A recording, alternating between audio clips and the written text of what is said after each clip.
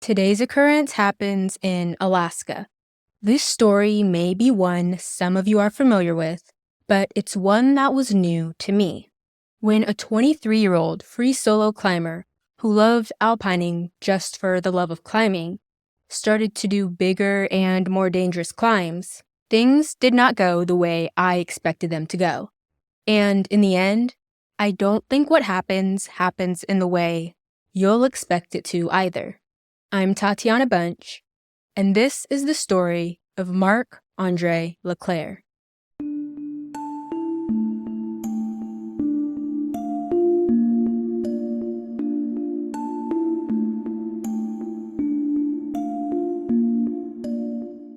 So I'm sure you're familiar with traditional mountain climbers, the ones who have all the gear, ropes, Sherpas, and guides to help them make it to the top and hopefully back down safely. Sometimes it works out, sometimes it doesn't. And you've probably heard of the waves of unqualified people paying whatever amount to convince teams of Sherpas to haul them up and down Mount Everest. It's been a growing issue since forever, I feel like, but it's gotten worse in recent years. You know, with social media glamorizing how dangerous it actually is. And some people want to make a name for themselves by doing something that used to be reserved for only the best of climbers. Well, on the other side, there's alpine climbing. There are people who take only what they need and will climb up these extremely steep, big walls in a day or so. It will be a small team or just a team of two. Some just climb rock, some climb ice, and some do mixed climbing where they go from rock to ice on the same wall.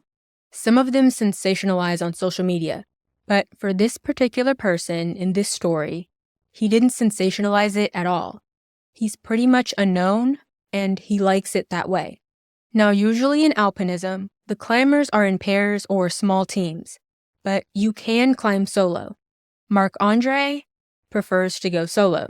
Sometimes some of the climbers have a parachute for if they slip and fall. They're thousands of feet into the air, right? So if they fall, they have a parachute to help them land safely. Hopefully. Most solo alpinists also use ropes, helmets, and whatever gear is needed for safety. For the most part, it appears Marc André doesn't. That's because on the extreme end, there are free solo climbers. Free solo climbers use no climbing protection whatsoever, and if you ask these climbers, why don't you use ropes? Why don't you use this or don't use that? They'll laugh it off and say, that's a dumb question. I'm guessing it's just to hint at the fact that they want to climb in the most pure, basic way that they can. Hands and feet and a little more if you're on ice. And when Marc André started gaining a little attention online, it was because he had already climbed a 4,000-foot, difficult corkscrew route of rock and ice in the Cerro Torre range in Patagonia, and he did it by himself. No parachute, no partner, no safety rope.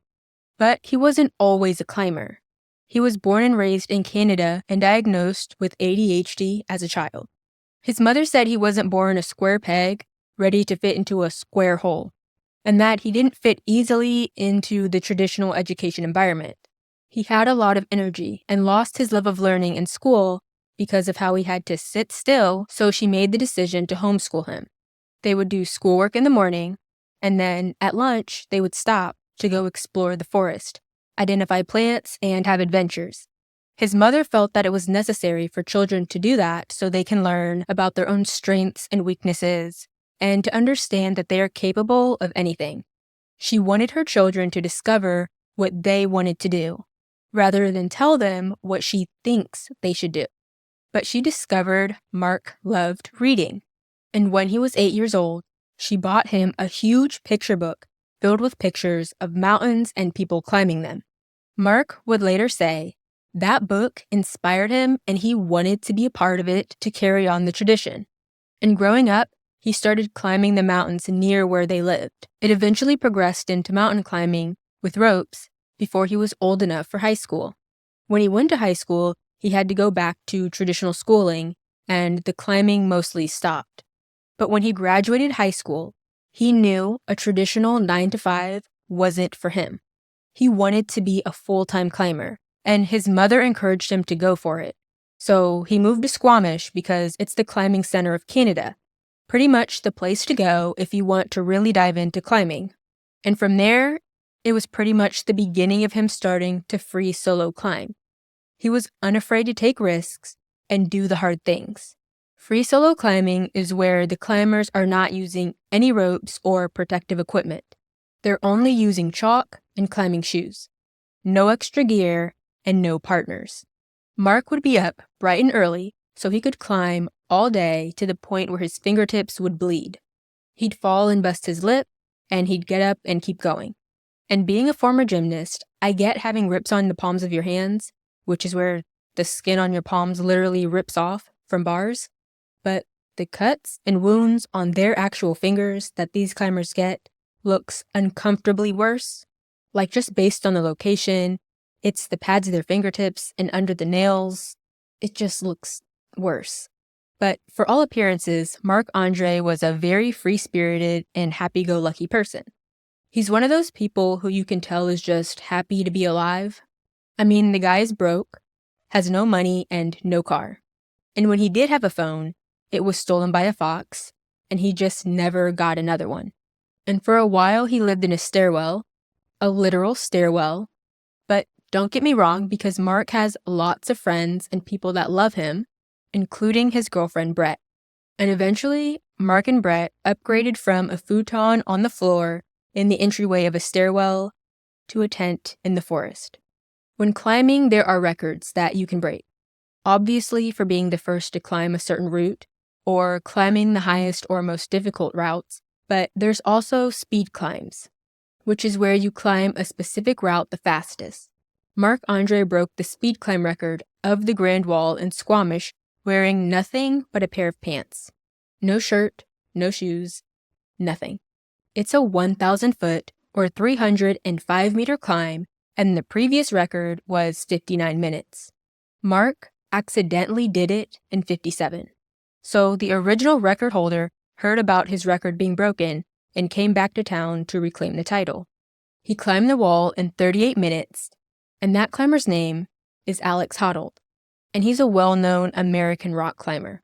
Marc didn't bother trying again because he didn't care about records. He didn't want fame. He just loves climbing for the sake of climbing. He sees it as a casual fun adventure, not something that he wants to feel is difficult by adding time constraints, ropes, and other equipment to help him. But it definitely seems like Marc has a way of taking everything to the extremes. There was a period in his life where he kind of fell out of the climbing scene and into the party scene.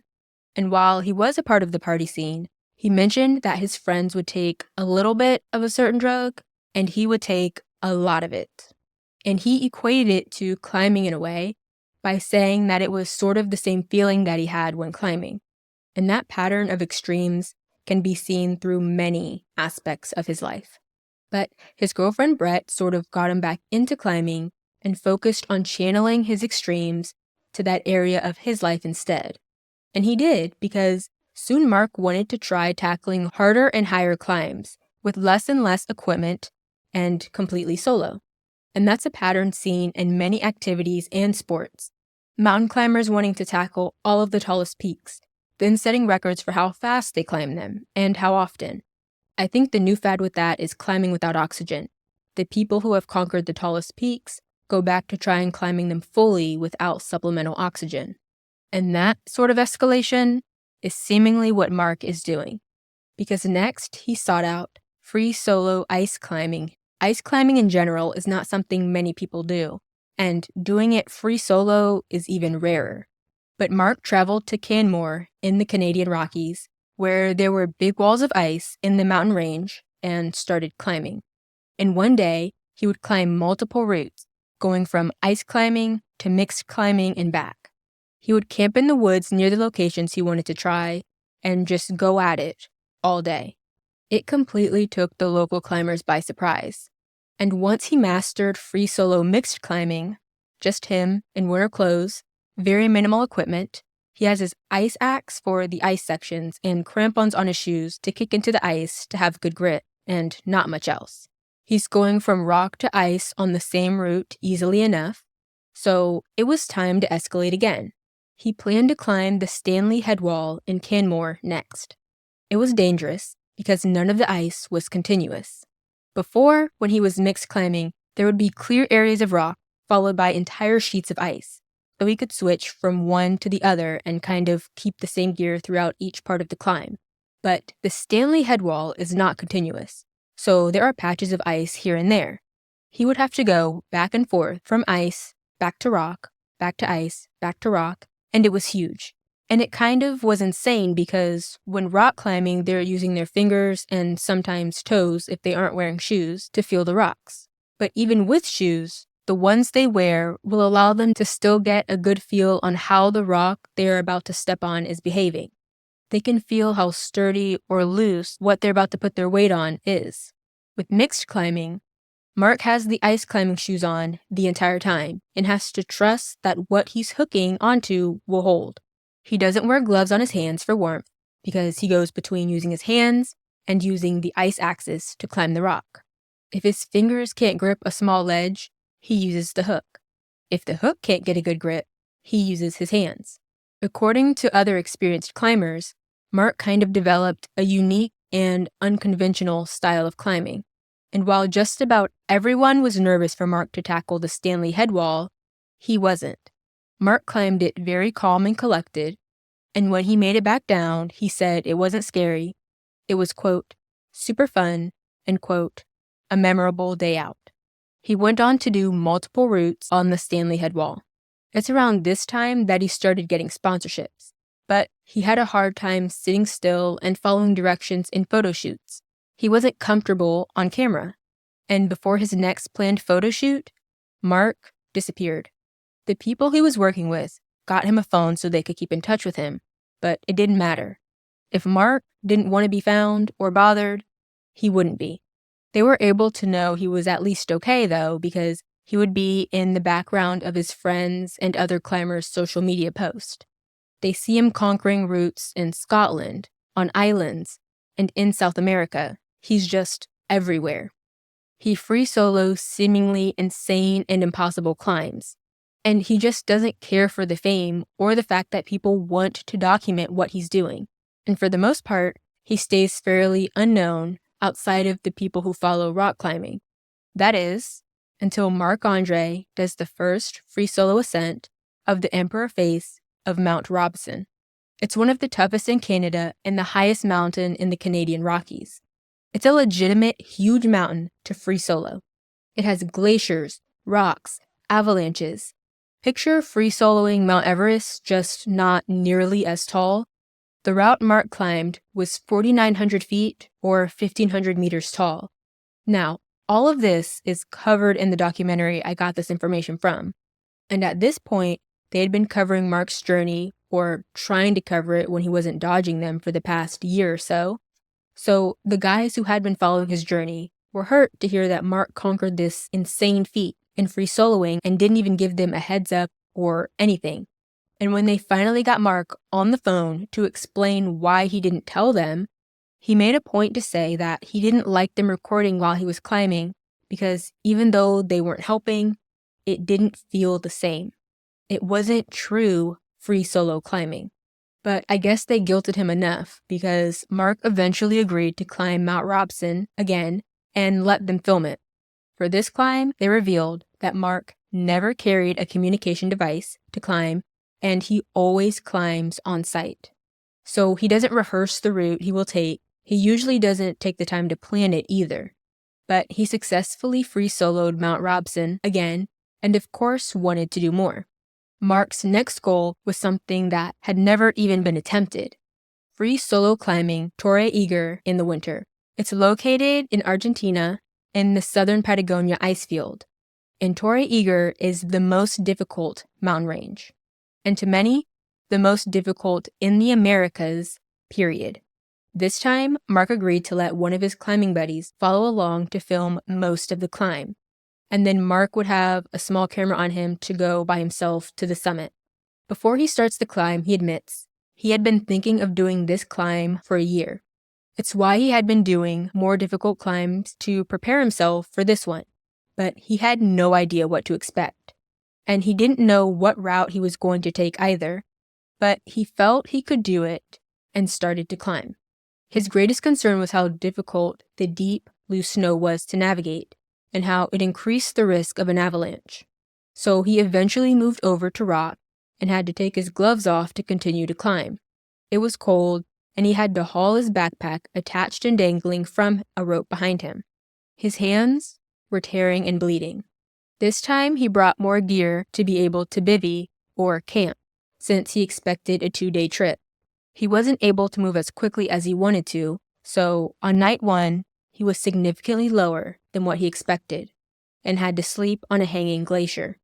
The next morning he made it to where he expected to be and decided to just take it all in stride. He would make it when he made it, but changing between ice gear and rock gear was tiring and tedious. He'd be climbing using ice gear for a bit and then have to switch to climbing rock for 20 to 30 feet before going back to ice. The second night, he bivvied on the side of the mountain and left a video message for his girlfriend, Brett. He expressed how he had hoped to be on the way back down if things went on schedule like he hoped. But if the weather was okay in the morning, then he would be able to reach the summit and make his way back down tomorrow just fine.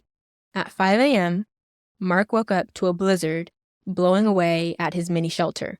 He was forced to climb back down, and it's amazing he was able to do that, because in the footage, it's just darkness and wisps of snow. How he was able to get back down safely, I don't know. But he survived getting low enough to be safe and set up a tent in the snow. He eventually made his way back to the bottom, just grateful to be alive and with his friends again. Everyone thought he would just kind of leave it.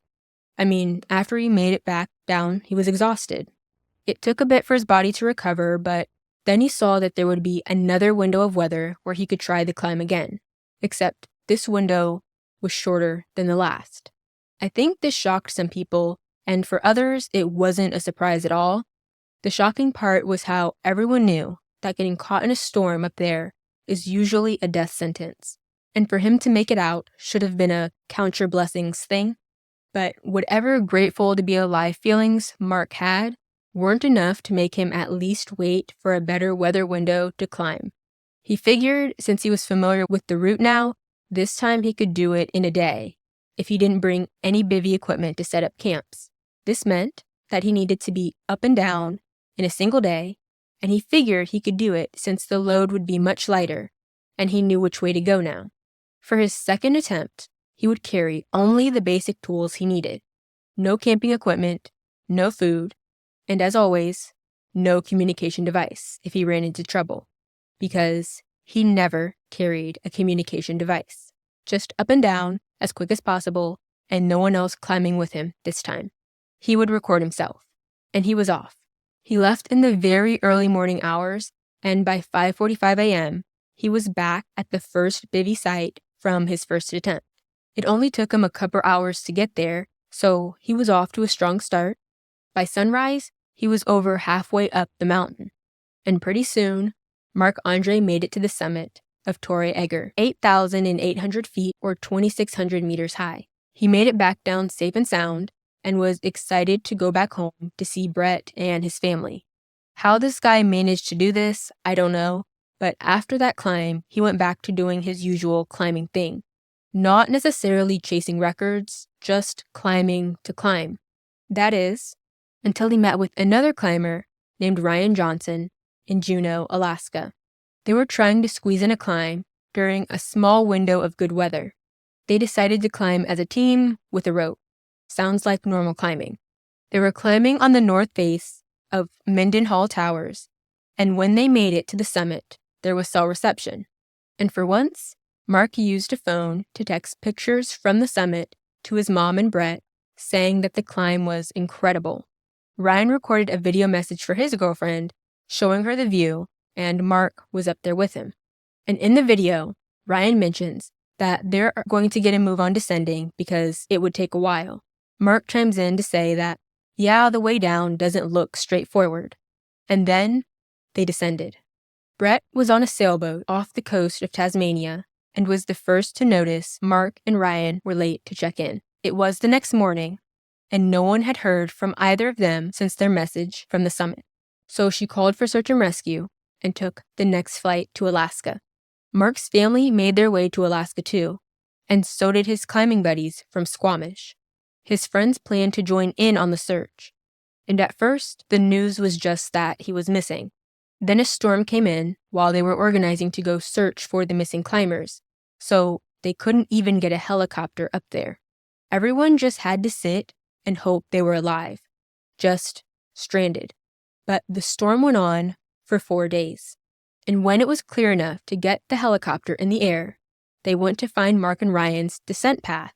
But with all the new snow, it was difficult. And on top of that, the snow was too fresh to land the helicopter without possibly causing an avalanche. But still, they got as close as they could and searched the mountain for signs of the climbers, and they saw a rope. The rope was buried in snow, and it was clear that Ryan and Marc had been buried under an avalanche. They concluded that there was no chance of survival, and that was kind of it. The hope was to at least recover their bodies, but it wasn't possible because they disappeared into the ice and snow. At this point in the documentary, they interviewed Brett alone. And up to this point, she came across kind of whimsical, almost as head in the clouds as André, but somehow more grounded at the same time. At some points in the documentary, you could see where she must have been worried for Marc when he climbed, but she chose to trust and believe in his abilities wholeheartedly and not dwell on things going wrong. But when they interviewed her, after losing Marc, her whimsy was gone. The pain in her eyes was so clear that it kind of shocked me because the entire time I was watching, I was like, oh, this is where something goes wrong. No, this is where something goes wrong. It's got to be this time, right? Man, I hope he makes it, and it never went wrong. And it wasn't until they actually stopped filming the documentary that Marc and Ryan had their accident. She said Marc told her if anything happened to him, that he wanted her to keep living her life and to keep climbing. And she expressed how difficult it was to try and do that when everything in her just wanted to give up because she had never felt so much pain in her life. She actually didn't even know that much pain existed. I guess I'm just dwelling on this part because I think for the average person, if you're thinking, well, what did you expect? Or at least, how could you not have kind of prepared yourself for this being a possibility? How is it a shock to you that this happened? But looking back, I guess it probably happened the same way for her that it did for me watching it. Because it seemed like it was done and it was over, and he climbed all the crazy things he wanted to climb, and then he was gone. And for her, it was probably the same, since he finished the big crazy climbs. Now he was just climbing with a rope and a buddy. It didn't seem nearly as extreme, and yet it seems like, because it wasn't as extreme, he died. But Brett regularly climbs the places they used to climb together, and said going back to Alaska was particularly painful. His mother is proud of his accomplishment and says she's happy she didn't try and stop his love for the mountains. She seemed to have found peace and acceptance in a way. Marc-André Leclerc died at the age of 25 in 2018, and during his time on Earth, he definitely pushed the boundaries of what was thought to be possible in alpinism. Stay safe. I'll be back next Thursday.